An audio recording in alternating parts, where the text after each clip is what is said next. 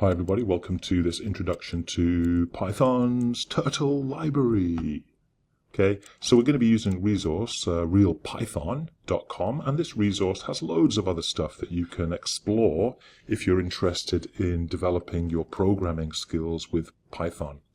Now, the reason I'm making this video is because this introduction page, I don't think it really covers things that I think it should cover. It's very useful, but I just want to introduce a few other things as well.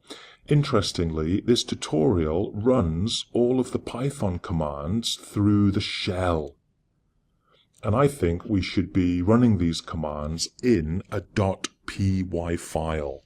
So for example, rather than typing import turtle into the shell, what I'm going to do is create a .py file, and I'm going to type in from the turtle library, import everything.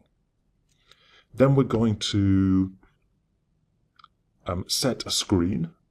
get a screen, sorry. We're going to create a window. So that's what the tutorial says through the shell. But in my py file, I'm just doing that. S equals get screen. And then we're going to create our turtle object. Okay. And this variable t is just a variable allowing us to communicate with the object. Just a variable. You call it whatever you want. I could call it Johnny. It doesn't matter what you call it. Okay. It's just a variable. But now that I've got a variable communicating with the object, I can start messing around with the object. For example, let's make the turtle move forward 100 spaces. So if we run this, hopefully it will work as expected. There you go. It started there and it moved forward 100 spaces. Again, we're not using the shell to type up all of our commands. We're going to do it in a .py file. That's how I recommend it, because then we can save it, right? Now, the reason for this video is I wanted to do this. After I've constructed my turtle object and assigned it to a variable, is this kind of like a global variable? Can I start doing things like this? I'm going to define a function called drawSquare. Now, in the tutorial, if you work your way through the tutorial, you're going to see these instructions: right, forward, left, backward. See if we can figure out how to use these to draw a square. Okay. So I'm going to go forward. There's my global variable t. Let's go forward 100. Then we'll turn right by 90 degrees. Then we'll go forward by 100.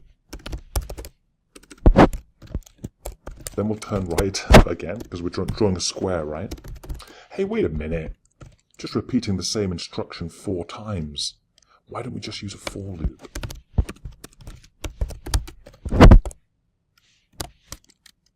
We're going to go forward and turn 4 times. Okay. Now let's, I'm just going to define a main function, and I'm going to call my drawSquare function. And see if it works.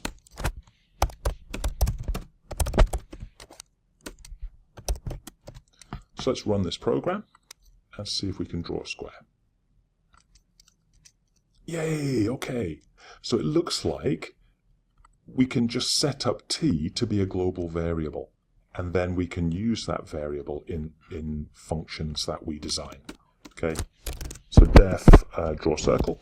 Let's have this one take a parameter, which is the radius of the circle. And I'm going to say, again, if we go through the tutorial, eventually you'll hopefully find it. There are some built-in shapes. There you go. Okay. So let's have a go. T.circle add. And let's call that in main. We need to give it a parameter value, let's say 100, and then let's call main and see if it works. Whoa, it worked, okay. Okay, so this video tutorial is really suggesting a way to set up your turtle environment, and then you want to get back into the tutorial and just kind of work your way through it and just see what fun things we can do if we import the Turtle graphics library into our Python program.